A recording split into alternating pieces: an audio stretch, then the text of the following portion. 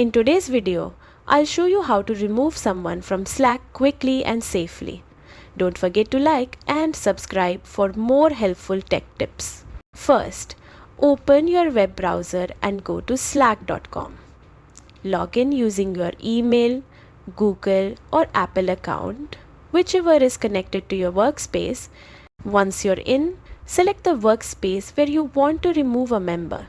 Click the down arrow next to the workspace name to open a menu.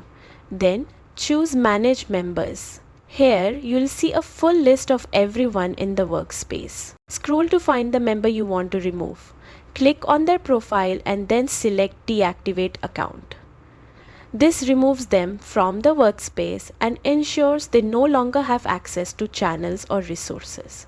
Remember, removing someone affects ongoing projects and conversations, so make sure it's communicated appropriately before you proceed. And that's it.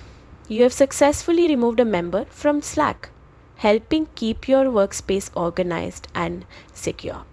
Thanks for watching and see you in the next tutorial.